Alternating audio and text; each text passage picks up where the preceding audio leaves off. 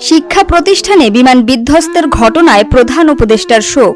রাজধানীর দিয়াবাড়ি এলাকায় অবস্থিত মাইলস্টোন স্কুল অ্যান্ড কলেজ ক্যাম্পাসে বাংলাদেশ বিমান বাহিনীর F-7 PJI প্রশিক্ষণ বিমান বিধ্বস্তের ঘটনায় গভীর শোক প্রকাশ করেছেন প্রধান উপদেষ্টা ড.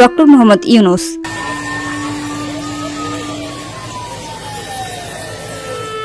সোমবার এক শোক বার্তায় প্রধান উপদেষ্টার প্রেস উইং জানায়, এই মর্মান্তিক দুর্ঘটনায় বিমান সেনা, মাইলস্টোন স্কুল অ্যান্ড কলেজের শিক্ষার্থী, অভিভাবক, শিক্ষক, কর্মচারী সহ সংশ্লিষ্ট সবার যে ক্ষতি হয়েছে তা অপূরণীয়।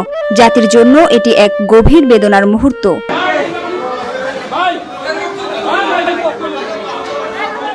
শোকবার্তায় প্রধান উপদেষ্টা আহতদের দ্রুত আরোগ্য কামনা করেন এবং সংশ্লিষ্ট হাসপাতাল সহ সকল দায়িত্বশীল কর্তৃপক্ষকে সর্বোচ্চ গুরুত্ব দিয়ে পরিস্থিতি মোকাবেলার নির্দেশ দেন।